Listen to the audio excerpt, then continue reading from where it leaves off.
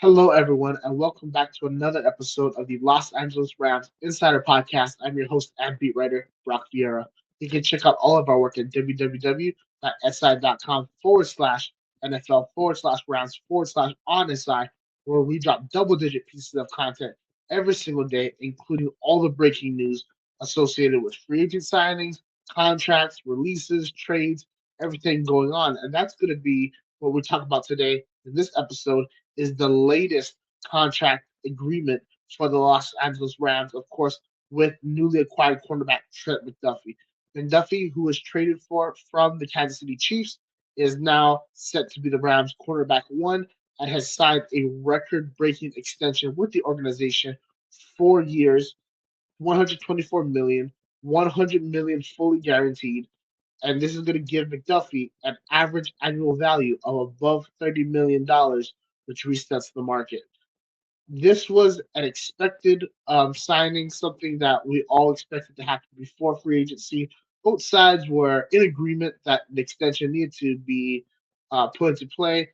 McDuffie was always going to get a record setting deal wherever he was going to go. For the Rams, it just came down to one, the total money, also the guarantees, but also how is that going to look structurally in terms of what the next 5 years will look like for the organization. So even though it's a $30 million cap hit over 4 years, when you look at the total life of the deal, this is an extension on McDuffie's 5th year option. So essentially, this is a 5 year acquisition for the Los Angeles Rams. And when you add that 5th year, and it's just about $13 million guaranteed, then you start looking at the total prices of a guaranteed contract of 113 million, and then a total contract of that would be about 137 million over 5 years. The numbers look a lot better. Of course, you would love to have seen that cap hit spread out a little bit, but one, there's really no way to do it on this year, especially with the Rams' financial situation that they're in, and two, this was a hole on the team, hole for the squad, so they had to address it in an expensive way. There's really no other way to go about it. I think this move is another A plus for the Rams. I do wonder how this move is going to affect their ability to sign extensions to the 2023 draft class. Uh, this, along with Cam Crow's extension, has put some serious doubts in my head that they would be able to retain all the players that I thought that they were going to previously. But in the same breath, we have to see how everything kind of shakes out, especially as Devontae Adams and Matthew Stafford are on the final years of their contracts. How this move affects the Rams is like this. One, fantastic move. McDuffie's a solid cornerback, all pro player, Super Bowl champion, provides everything that you need in a player familiarity with various elements of the Rams operation. So you love it from that angle. The other angle is this. Depending on what the Rams wish to do with Emmanuel Forbes, if they go out and they select a quarterback with the 13th overall pick, they have now set themselves up with potentially two shutdown cornerbacks as they transition into the post Matthew Stafford era. A massive benefit for a team that the defense has bailed them out of situations multiple times in the past.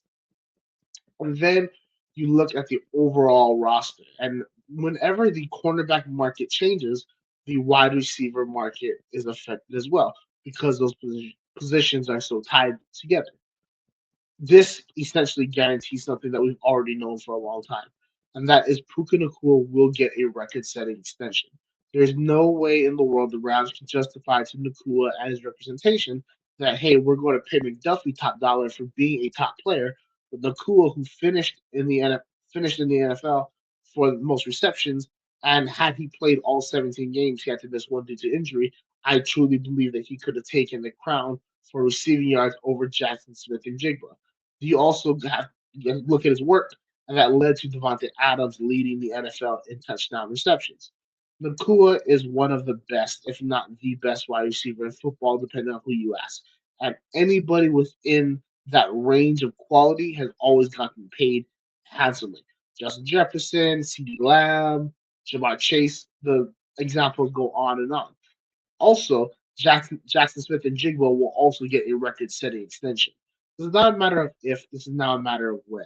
And you have to wonder, despite the Rams' policy of trying to wait until after the draft in order to extend that 2023 class, does a player like Puka Nacua, while the Rams know a team that the Seahawks are looming with their extension for Jackson Smith and Jigba, do they pull the trigger on a deal early just to get it out of the way?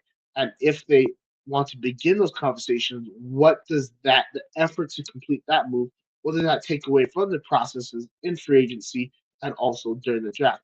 These are some of the questions that we're going to have to try and unravel as these days go on. But at least we all know that at least one piece is already secured for the long term future. When it comes to the impact of McDuffie, I do have to question, does McDuffie cover up enough? You do have those lingering questions at off ball linebacker. You wonder, does the pass rush need another guy to really round out that unit? Are the Rams in a position where they can provide solid run defense that allows McDuffie to do what he does well? And what will Chris Shula do now that he has McDuffie on the roster? And is this the move that allows him to bring more pressure from his defensive backs, especially speedy, versatile players like Quentin Lake and Jalen Tank McCullum?